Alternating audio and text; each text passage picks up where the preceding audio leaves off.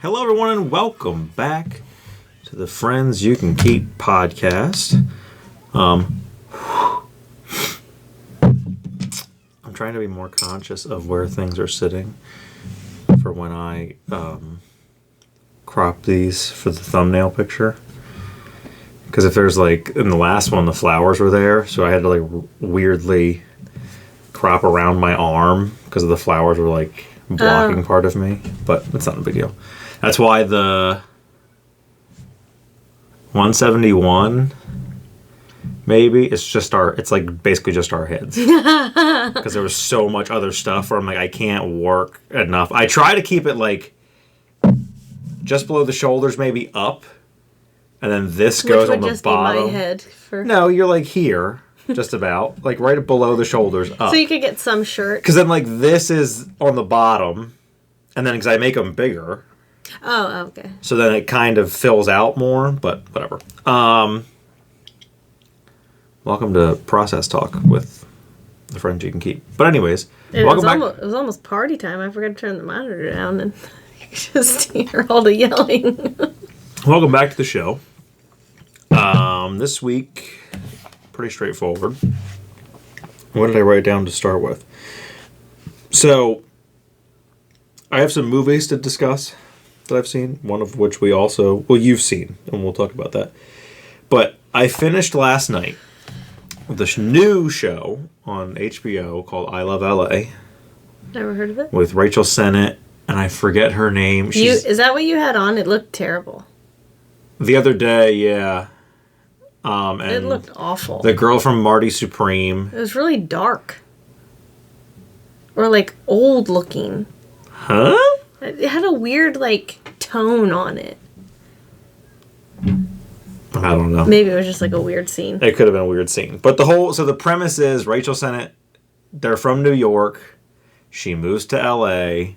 She's a manager for Leighton Meester. Is her boss.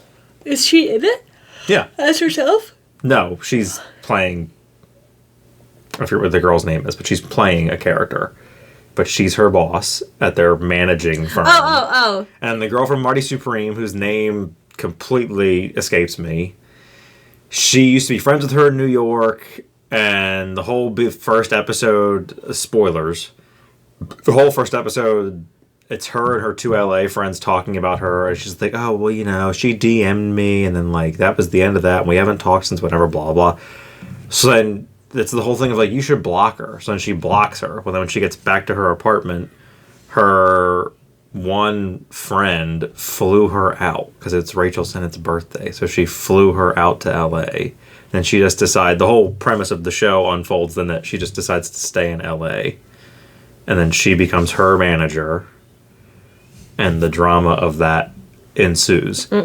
All of this to say, I finished it last night, and I have the question, because I've noticed it with a lot of shows.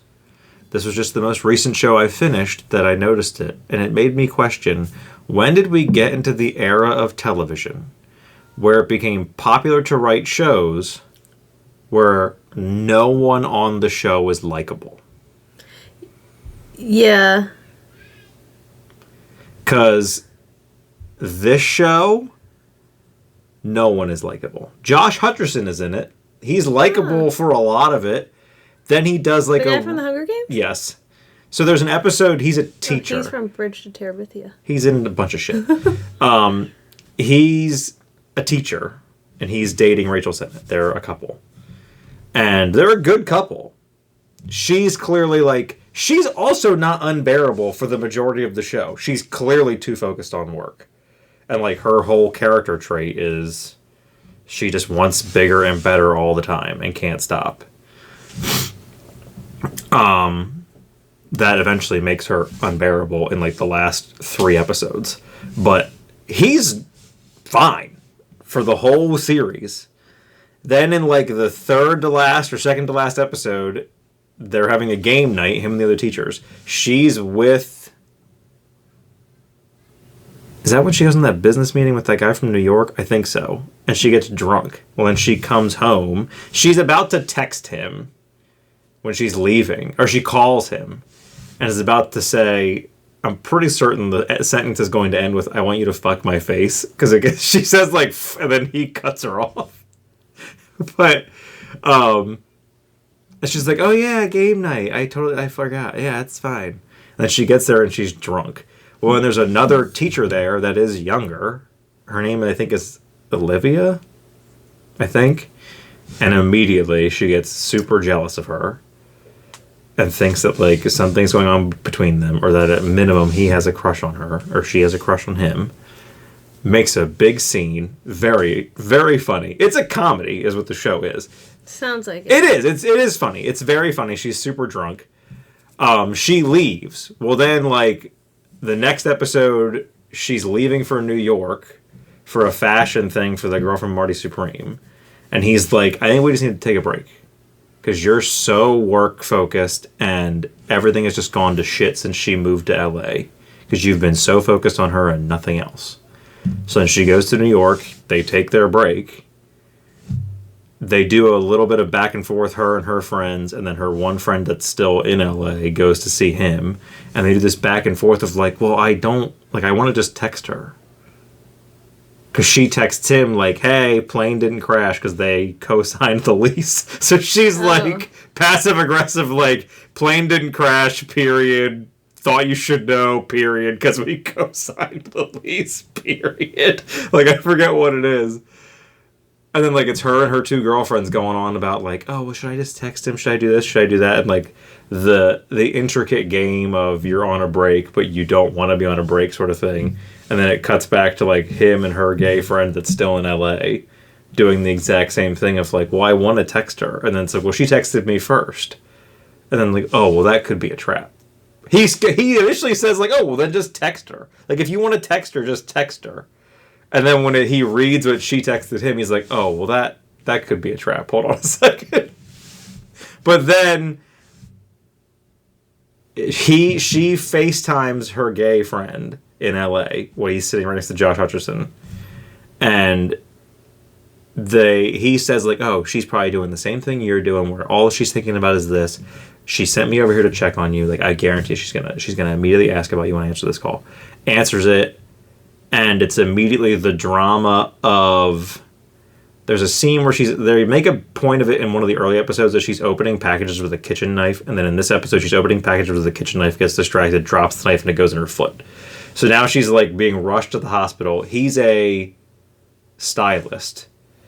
And they need looks for this fashion thing they're going to. So she's on the phone with him, and it's immediately that conversation. And Josh Hutcherson's like, I'm done, and like leaves. Well, then the next scene you see him, she texts him in the morning, and he's waking up with that other teacher. Oops. And I'm like, God, that was quick. It's both like, I'm not mad at you, like I don't hate you for this, Josh Hutcherson, but like you were the one likable character, and this kind of makes you unlikable because you were very adamant to your girlfriend, like, I don't have feelings for her. Right. You're being hysterical. Well, she pushed him into him, like, and then like pushed clearly him into her. Clearly, you did have feelings for her. Yeah. Or like. But like none of them. I don't think I'll watch season 2 because I'm like, all of you are not just unlikable. A lot of you are unbearable. Yeah, I guess it's for people who just like. Well, her black girlfriend. I forget her name, and like for lack of a better descriptor, that's who she is in the show. There's 2 black people in the show that are main characters. But like they're all, what's weird is they're all not much younger than me in real life. At least Rachel Sennett is. Like she might be 30. I know she turns 30 in the show, but I don't know if she's actually 30 in real life, but she might be. So she's 3 years younger than me, but they're all like, the characters they play, and it could also be the LA of it all. They're just like these super vapid, like everything's about the internet, everything's about influencing, everything's about like, and it's just like no, thank you. And then it sounds like a show for like teeny boppers. The big reveal, it's not though. Even though right, they're like adults. The big reveal. For her, the black girl, her dad, because she's talking a lot about her dad the entire series. Her dad's Keith David. Who's that? He is, you would best know him as the voice of, what's his actual name? the Shadow Man in Princess and the Frog. That's Keith David. He's in tons of stuff. You would know him to see him, but off the top of my head, the thing you're going to know him for most is that. Okay. I don't think he's playing Keith David, but they say, like, oh, he's a writer, director, but they don't ever say what his name is, I don't think. But it's Keith David. But there's, like, that's a big reveal. And I wondered, because, like, she talks about her dad all the time. Her parents.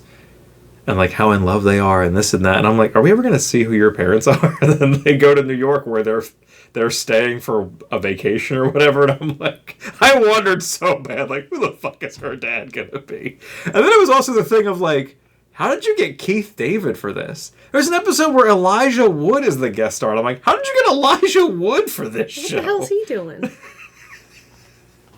Probably not anything, but he doesn't need to be doing. Well, that's why. He doesn't need to be doing anything. He was in Lord of the Rings. Yeah. Maybe he just knew, like, you know, his people are friends with somebody else's. You know, they all have the same manager or whatever. The show that's how you get a lot of those. The show is funny. Like, it was enjoyable, but I don't think I could sit through a season 2. Mm-hmm. And they clearly are setting up for a season 2. Of course they are. Because she quits her job with Leighton Meester. Because the big fashion guy that comes to see them is Tim Baltz, I think is how you pronounce his last name, who played Judy's husband on The Righteous Gemstones. Oh my God. He's in it. And he sits in a meeting with Rachel Sennett and her client to come be in this big New York fashion show, and it's also a dinner, and like this launches people's careers. Well, then Leighton Meester like pulls him aside to have a meeting, and then later on calls her like, oh, his flight got moved up and he had to cancel. Well, another girl that works there that's friends with Rachel Sennett was like chummy with his assistant, so then she gets this is like, I need a favor, and then they go to this restaurant that he's at, and who's there with him? Leighton Meester, trying to get her client at the dinner instead of her. And then it's this big confrontation of like, you need to be thinking more about the company and not just your clients, which is such a fucking like, what? Yeah. They also allude to like something happened with Leighton Meester and her boss at her old company, but they don't ever... I'm sure that's a season 2 thing, because that character's not going to go away. No. There's a real weird scene with her husband, who is also somebody, and I forget who he is. Is it Leighton Meester's actual husband? Who's her actual husband? The guy from Nobody Wants This. Something Brody? Oh, no, it's not Adam Brody. There's only 2 Brodys. It's Adam and Adrian is the pretentious asshole with his, like, 8-minute long acceptance speech. And then Adam is the other one. He's from the OC, I guess, originally? I forget what. He was on one of those. Yeah, I forget what he was on. Drama things. I love LA. I was expecting the finale to, like, set up the cliffhanger that they're going back to New York, and then the second season was going to be I Love New York. Which would have been fun. Episode 8 is I Love New York. Because they're back in New York. And they make the joke of, like... Oh, I really miss being in New York, whatever. And then I think it's when they're on the subway, and there's a guy with, like, a pet mouse in his hand, and they're going to this fashion show because they get to wherever for their car, and everyone's panicking. And they're all like, oh, why can't anybody leave? And they're like, oh, police have the streets blocked because a famous writer, director, actor was stabbed in his apartment. It's Keith David. They allude to earlier in the episode that there was a stalker that used to like send him a single bullet in an envelope at this place. Good Lord. Years ago. Well, then when the daughter she wakes up, finds this white woman in the shower, and she's like, oh, I didn't think we'd have to meet like this, but like, I'm your father's girlfriend. Well, then Keith David and his wife come home. And immediately, like, there's about to be a confrontation. And he's like, who the fuck are you? And then, like, the daughter is still, because she's so stupid, is still, like, not putting it together. Well, then that white woman stabs him in the arm and just runs out of the apartment. And then when they show it again, she questions, like, if that was his mistress. He's like, no, that's, I forget what the character's name is. It's whoever. She used to send me bullets, and she's like, oh, she's like, I do know about her. I forgot that's what her name was, or like whatever it is. He's like, I thought she was in jail. Oh my God. Of course you are. You have to be. That girl's name, the black girl, her name is True Whitaker. So I'm taking a shot in the dark. Her real life fucking dad is Forrest Whitaker.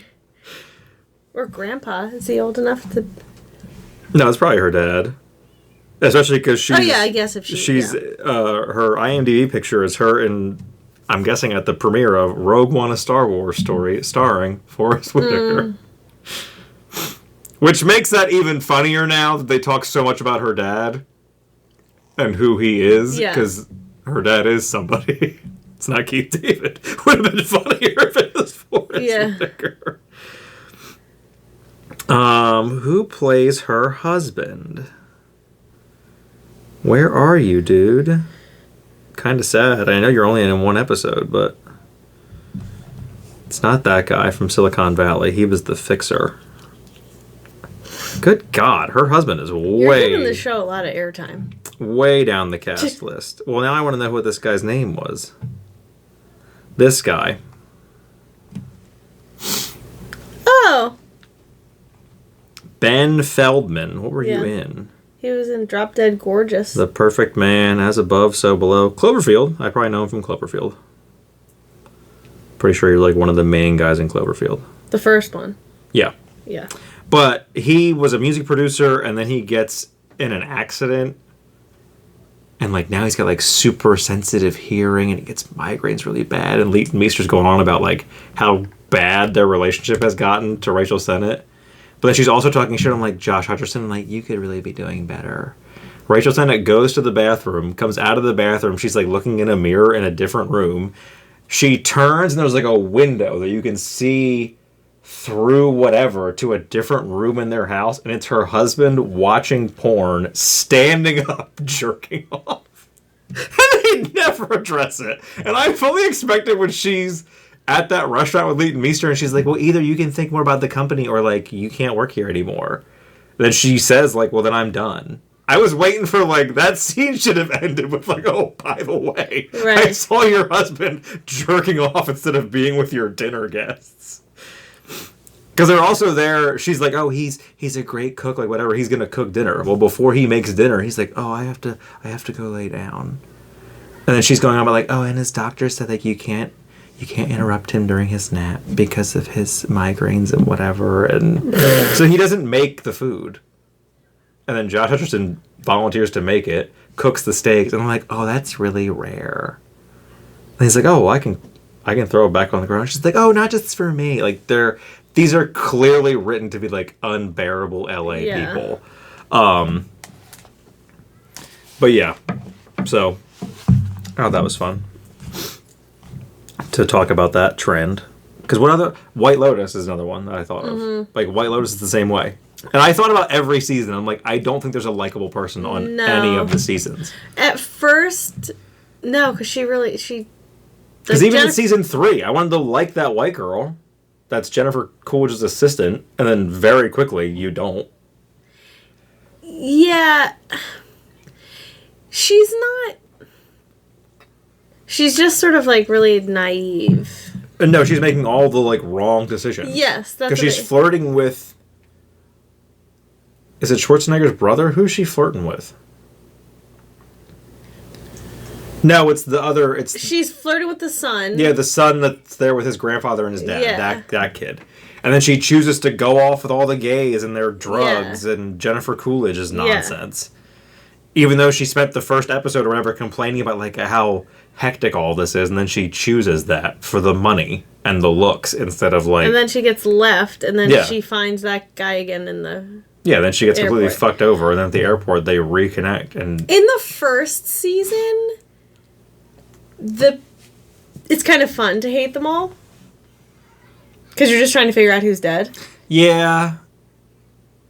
Like, I didn't mind that. I kind of remember liking the concierge guy. One, the black lady, but the guy who's dead. The concierge guy who's dead. The Australian guy. Yeah, you do have... I mean, he's kind of a dick, but, like... Well, he's also a dick in the way of, like, everyone else there is, like, these rich, pretentious people, and it's all, like, me first, and he's like, I'm trying to fucking do everything. Yeah, Give me a minute. And he's sort of an asshole, sort of in the way that a concierge... And then he starts doing cocaine and shit, and it's like, okay. And he tries to sleep with that guy. Well, he does sleep with that, like, whatever he is, bellhop. I don't remember if he does deckhand or not. Style guy. I just remember he does the cocaine and then he shits in that guy's suitcase. That's how he dies. But yeah, you like the black lady until the final. The masseuse, and then in season 3 you don't like her anymore. Season 2 there's no one likable. That's where they're in Italy. Yeah, season 2 is the worst season. Yeah. Where it felt like all the stories did not matter to be together, and nothing really concluded. There was very little suspense. Oh, in the Thailand season, I liked the youngest brother, even though he does some weird shit. I liked him. And I don't know why. No. I think I just felt like he was weird from the beginning. Well, he's super weird. There was a lot of weird shit from him from the beginning where I'm like, no, I'm out on you. Yeah, but like I was rooting for him. They sowed the seeds so early that he was going to do something weirdly sexual with one of his siblings, and he does. And it's not his sister. Well, that whole family was weird. Piper, no. I mean, I guess she's likable. Oh my god, she was the best. Like, out of all the characters? All the best. I mean, people are going to say it's, what's her name? Walton Goggins' girlfriend. Oh. Like, objectively, she is the most likable of them all, but she's also kind of annoying, because she's that, like... She's very mousy. Well, and a lot of her scenes are so, like, hippy-dippy, yeah. I do like, though, like, she's one character in the whole series that's very, like, this is how I am, this is me. The 3 ladies could have been likable, but they're also so catty. Like, immediately the second one of them leaves the room. But they were, like, none of them really, well, one of them cheats on her husband. But, like, you know, none of them... Yeah, Carrie Coons isn't terrible, I guess. She's the one that's not married. Yeah, I know who she is, because she's not Leslie, what's her name? Huh? Leslie. Is that her name, Leslie? I don't think so. I don't think any of those ladies were named Leslie. Are you thinking of Leslie Mann? Because it's not her. No. Leslie Jones? Not her either. Something... Olivia? Liv? Something like that? No. One of them has a really weird name. Well, not really weird, but a weirder name. She was on The League.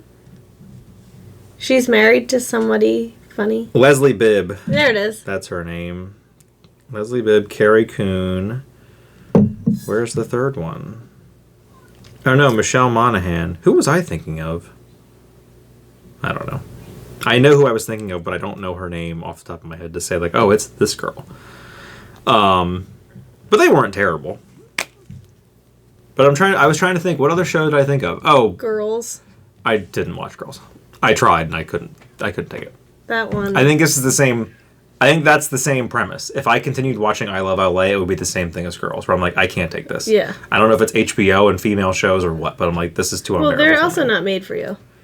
I don't know why you would pick that, thinking like, oh, I'll like this one. Well, I Love LA, the whole, like, all of the advertising was just that it was a comedy, and it was funny. And it's about, like, the whole premise was that she lived in New York, and then she moves to LA, and whatever. Like, it wasn't... And it's not that the show was, like, female-centric. It's just that, like... There must be a market for that kind of thing. Well, I think it's the market of, like, these are unbearable LA people. It's the same, because your same audience is the people that watch Real Housewives and Vanderpump Rules, and it's all that same bullshit. Maybe, just instead of, like, it's a scripted show instead of a reality show. Yeah. It admits it's scripted. Yeah. The other one I thought of was, and it's a weird one, because there's a technicality to some of the people where it's Breaking Bad. Well, right. Because technically Breaking Bad has no likable characters, or they shouldn't have any likable characters. Right. But you do like them. Well, you like Jesse and Walt and Saul.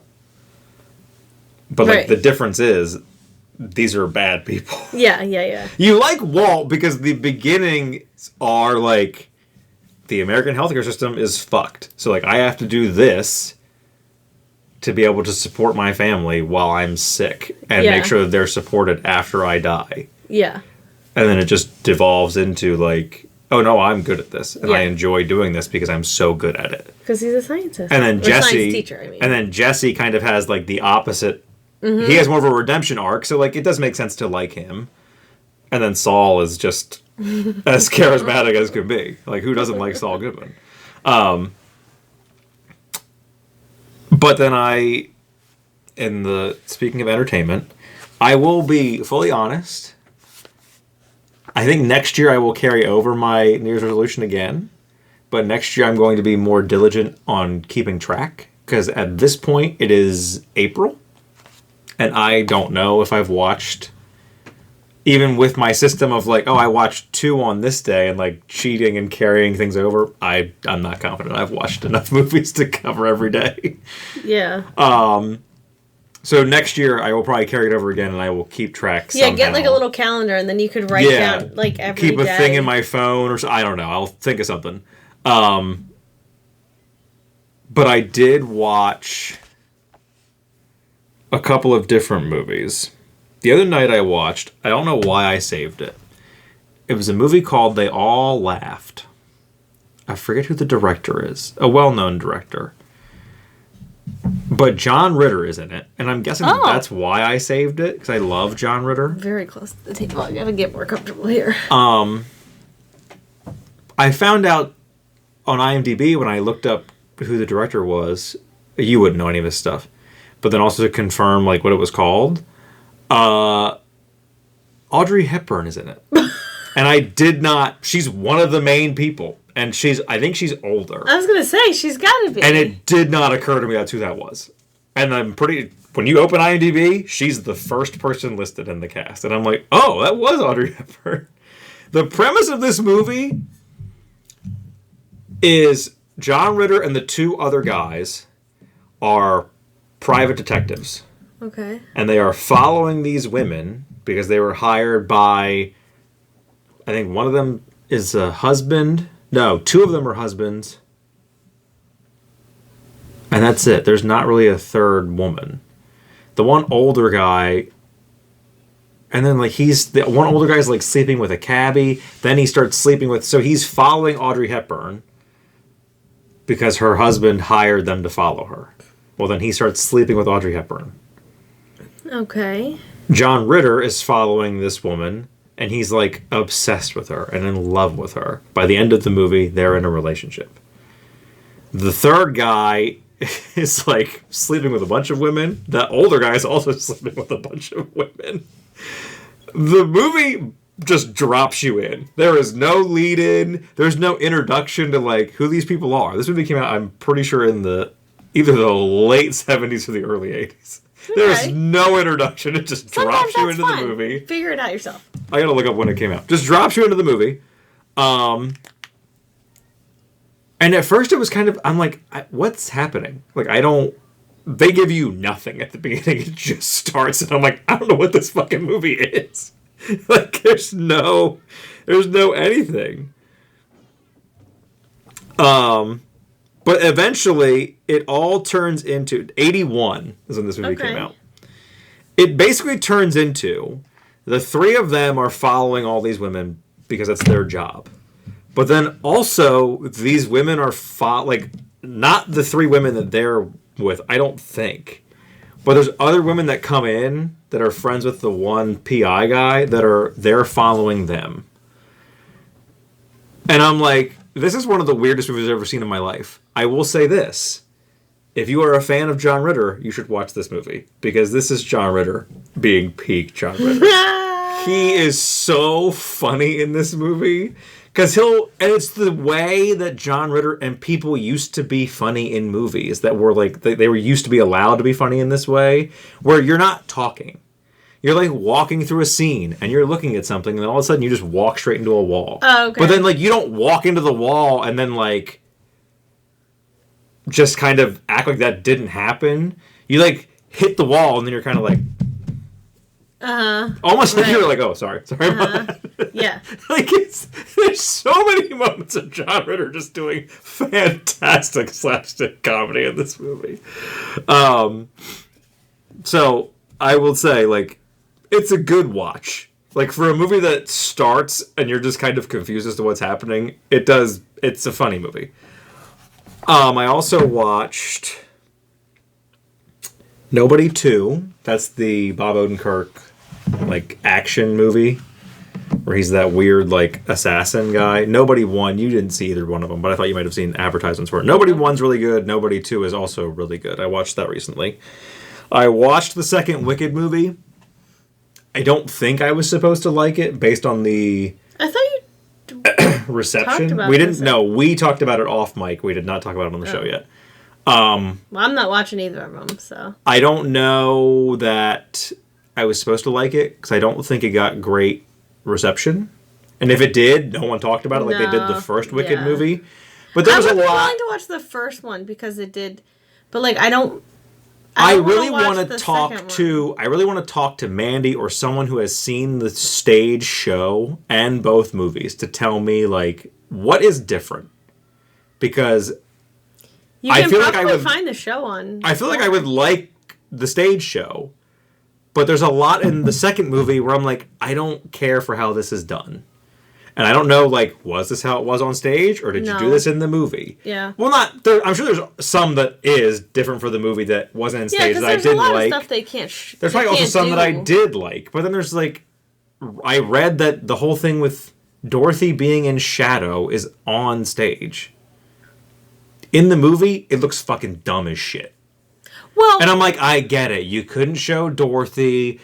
I also hold the stance of, like, if you were going to make this into a movie, you should have figured out ahead of time what you could and could not do, or whether you could or could not. The stage show is probably the same thing, where they can't use her likeness. Or whether you could or... Yeah, but a stage show can be done differently than a movie. Yeah, you can easily get around that. Or you should have figured out ahead of time what you could or could not work with MGM or whoever currently holds all the copyrights for The Wizard of Oz. And if you couldn't do the shit, you shouldn't have made it into a movie, because it does not work on film. And there's so many weird, like, there's a lot of focus on the Tin Man, and then just you don't see him anymore. The movie ends and you didn't see him for like 5 scenes, even though he is super aggressive and it seems like he's going to be a pivotal thing in the end of the movie, and he's not. Same thing with the Cowardly Lion. Like, they are introduced and come out swinging and then just disappear. Yeah.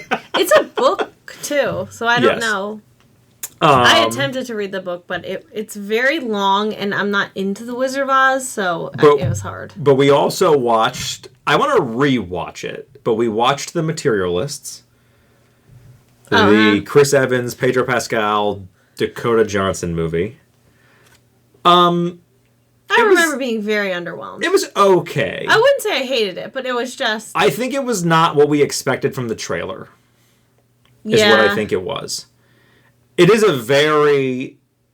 it feels very art house. Yeah. It almost feels like a play that was made into a movie. Like, it has that vibe of like, oh, this feels like I should be watching it on stage. Yeah. Or like... like an indie style movie too. There's also a weird storyline that I feel like did not need to be in that movie. It just added unnecessary drama. Like, I get it. It served a purpose, but it also felt wildly unnecessary. Yeah, it did feel like not padded because they needed to fill time, but like it did feel like they added some stuff in where it was like, we could have just focused over here. Spoiler alert: if you don't know the premise, she's a matchmaker. Pedro Pascal signs up for her service, but then she starts dating him. Chris Evans is her ex. And there's that little bit of who is she going to go with sort of thing. And I think the storyline we're referring to, there wasn't enough drama in the movie. Yeah. So then the drama they give you is she's struggling with her clients because they're all super superficial in modern dating society. And they're all wealthier, which doesn't help. And then one of them goes on a date and gets assaulted. And then she's suing the matchmaking service company. And it's this whole, like... And then Dakota Johnson goes to... I also thought that she was the owner of the company. Dakota Johnson can't talk to her, but then she tracks her down, and there's a scene between the two of them. Then she goes to her house because the guy is there, and she didn't know who else to call. And, like, to me, it felt like there wasn't enough drama. So we needed to add something to really give you a hook. But, yeah. I don't know. It was okay. I do want to rewatch it because I feel like if I paid more attention to it, we took a pause in the middle. Well, no, like maybe 20 minutes in or so. So I feel like we were okay. We didn't miss anything. Like we just stopped and restarted. I don't know that was the problem. Yeah, but we'll see. But yeah, I don't know. I'll rewatch it at some point. It's not top of my list, but I'll get there. The last movie. Well, no. Last two. I recently rewatched, and we'll talk about it briefly. I wanted to find a movie every now and then. Maybe I'm gay. Who knows? We'll let Fox News decide that. Every now and then, I just want to watch a movie that makes me cry. And I thought, guaranteed winner according to everybody, I'll watch The Notebook again. I knew how it ended. And thought, like, that won't matter. This movie's super sad. Everybody talks about how sad this movie is. It won't matter if I know how it ends. Wrong. I got to the end of that movie, and, like, it barely anything. A little bit of, like, not really, and then that was it. Then you don't need a good cry. If that movie can't do it for you. No, I do. Then you didn't. It's not there. When I cried the first time I saw it, I did not see it from the beginning. I saw it from maybe somewhere in the middle. Maybe I saw it after their kids come. I don't know. Because I did not remember the kids in the middle of that movie. And then, like, the middle of that movie is just like, oh, that's my wife. Yeah, I mean... I don't remember knowing that until the end. I remember the big reveal. You missed a lot. That's probably also why you didn't think, like, their relationship was kind of a problem. No, I still didn't think that, though. Even watching it this time from the beginning, I didn't ever think, like, oh, their relationship's bad. It's not great. It's not great, but they love each other. They're in love with each other. Okay. Mm-hmm. They're in a toxic relationship. I don't think they are. I think they are. Oh, they just fight a lot. It's not necessarily a good thing. I don't know. My parents used to fight a lot. Yeah, but the whole movie is just like, it's all this, like, tug of war. But they tell you at the end of the movie, they fight. So devastating. They fight because they're the same people. Because Ryan Gosling tells her, like, because I'm going to tell you when you're a pain in the ass, which is a lot of the time. But I'm going to tell you that. That's what she needs. Also, her mom's a big fan. That pampered white girl needs someone to tell her, like, hey, you're being a real pain in the ass right now. Yeah, because her mom's a real pain in the ass. Yeah. Who they also tried to give her a redemption arc at the end of that movie, and I'm like, fuck off. Yeah, you're the bad guy. Nah. You're the bad guy. Top notch. I will give that movie credit for one thing. It really made both their dads look good. Mm-hmm. Her dad is someone goofy. I wanted to look it up, and I forgot. He's an actor that has played, I think, other, like, goofier characters than that character. But, like, yeah, I don't know. James Marsden, I knew he wasn't the guy at the end of the movie, but the second he's introduced, I'm like, oh, you're kind of an asshole. Like, he skeeved me out immediately. Well, yeah, because he's the replacement guy, so. Well, I get it. Like, him in the infirmary when he's all bandaged up and he's like, oh, can I take you on a date? Because, like, okay.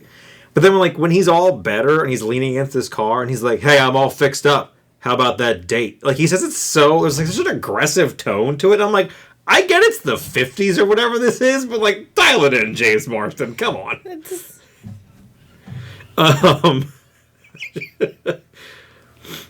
The Notebook. But yeah, I don't know. I just didn't do it for me. I don't love that movie. Didn't do it for me. I'm not a Nicholas Sparks fan in general. We discussed. I've never seen a single one of the other movies. I've only ever seen The Notebook. The only other one that, like, I saw the horse one and A Walk to Remember. Oh, James Garner. An attractive man. Good God, her parents are not top billed. They're not in it very much. This is by credit order. Her mom, I'm pretty sure, is like, she always plays the bitchy mom. Their last name is Hamilton. Didn't know that. I didn't remember that. Where are you? No relation. Maybe relation. I don't know. Maybe that was a topic. This is how they're listed in the credits, and it's so strange. Like, James Garner is way the fuck down. Is it by order of appearance? No, because you see him first. first. Yeah. You don't see the top two are Ryan Gosling and Rachel McAdams. Maybe it's by minutes in the film. I wondered that too, of like, oh, is this in order of appearance? And I'm like, no. I mean, maybe. There's James Marsden. There's no fucking way her dad... Well, there's her old, so I guess, yeah. There's his dad. David Thornton. Oh my God, he was in Home Alone 3. That's right. Never saw it. That's what I'm thinking of, where he plays that fucking goofy guy. He's real goofy in Home Alone 3. What does he look like? He looks kind of like a Baldwin, but not really. Well, and in The Notebook, he's got like an old-timey twisted up mustache. No. Doesn't ring a bell. No, you wouldn't. He's also in John Q, which is a phenomenal movie. Mm-hmm. Yeah, Home Alone 3, he's the guy in the top window. This one's a real... You think the first two, this one's real kooky. Yeah, I've seen passable. 1 and 2. Still passable. I think you should watch 3. 3 to me is still passable. I do like that kid. 3 is passable. After 3, they really drop off. But after Macaulay Culkin leaves, I'm not really interested. 3 is good. I do enjoy 3. The last movie we watched, that was decent. I actually really liked it. Oh, Hop? No. Despite it being a sequel in a company that traditionally does not do well with sequels, Zootopia 2. Oh, yeah, I forgot. I really enjoed Zootopia 2. Yeah, I liked it. Kind of bordered on that thing of like, oh, no one's likable here. But not really. I've seen it 3 times now. Because Nick Wilde is very likable. You can tell... Jason Bateman is the epitome of like, I don't think I should like you in anything you're in, but you're super charismatic. Like, I like you in everything. You know a sequel is good. Like, it's a good movie and really stands on its own. Like, the only thing carrying over is the fact that they were partners. You're okay. Excuse me. Like, if you didn't see Zootopia 1, you're okay. You don't need to have seen it. But when the kids want to rewatch the sequel, that's how you know it's a good movie. Because, like, we did not want to... We watched Inside Out over and over and over and over and over again. And we waited for Inside Out 2 to come out, and then we watched Inside Out 2, and Tony's like, can we watch Inside Out 1? Bad. Inside Out 2 is so bad. I think it has its audience, and that's fine. I think Inside Out 2 is way too much of the, like... Because Inside Out 1 had it, but it was still entertaining, and they didn't harp on it as much. I feel like Inside Out 2, they really harped on it with the marketing of, like... I'm a therapist, and I use this for my students, and I use this for my patients that are kids, and blah. And I'm like, that's not what I'm watching this fucking movie for. Yeah, it. Like, you thought an entertaining movie why I think was a real banger for therapists? Like, why do you think this was going to be for everybody? I think a lot of people with anxiety said they liked it because they were like, I've never seen anxiety portrayed, like, personified like that. So great if Inside Out 2 was a movie that did it for you, Inside Out 1 feels it just very wasn't much, a likable movie. Inside Out 1 also felt like... It had a full storyline. Well, these things are taking place in the mind of a preteen girl. But then we're going to kind of only focus on these characters in her brain, so it's kind of irrelevant that she's a preteen girl. Whereas I think the second one is really more into like, oh, you're in the mind of a teenage girl. Yeah. Uh-huh.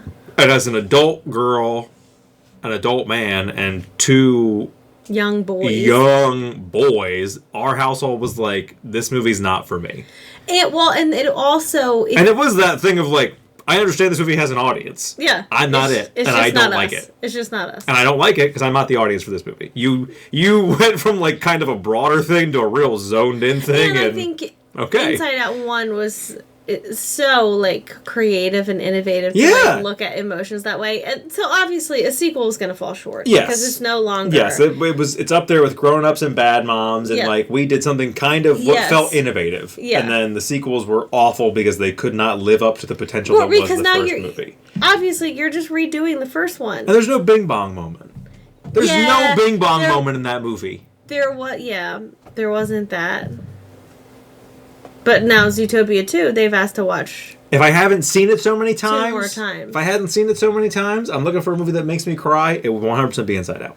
Right, we did watch that. Which is at the top of the mountain, and it's just Richard Kind down at the bottom. Take her to the moon. Take her to the moon for me, okay? It is a great movie. If anyone else did that voice, do I think it would have had the emotional impact it did? No. I think Richard Kind is what makes that. He does have such a cute voice.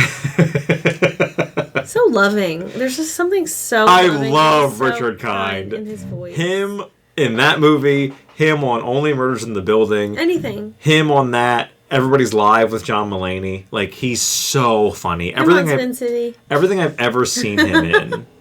He's just so good. And I love Richard Kind so much. But if you haven't watched Zootopia 2, watch it. Yeah, if you haven't watched Zootopia 2, we highly recommend. The music, it doesn't hit as hard. We thought they should just bring that. It's still a good song. Yeah, it is. It's just not. Who wrote the first one? Shakira. Well, I don't know if she wrote it, but because we found out in the credits that Ed Sheeran wrote this one.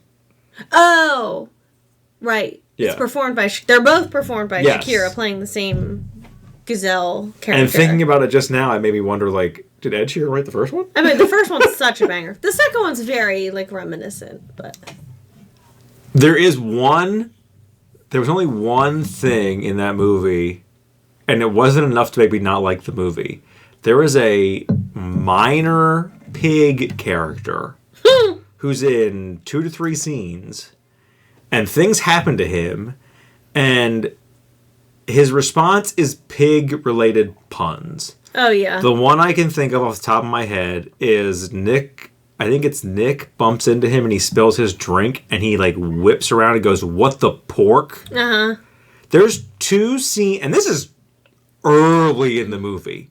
He's in 2 different shots before that and makes pig puns. And I'm like, this is too much. Mm-hmm. You've gone to this well too many times, too quickly. You put him again at the end, it would have been funny. But the fact that you're... Well, they did put him in...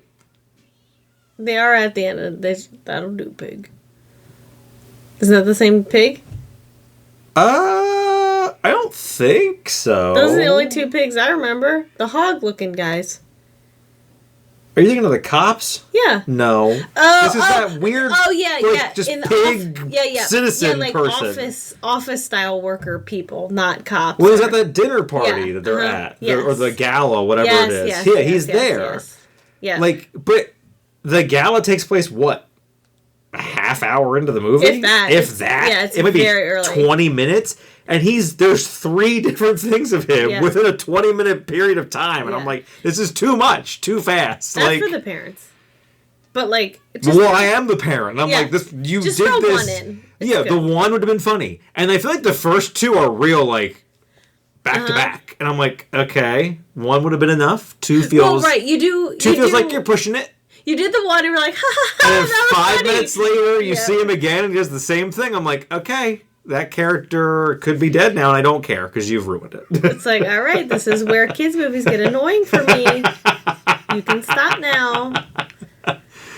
Well, on that note, it's time to end this week. Thank you for joining us. Like, subscribe, rate, review, share, comment, whatever you can do wherever you're listening or watching this. Yeah. We'll see you and talk to you next week. We love you, and as always, thank you for being a friend.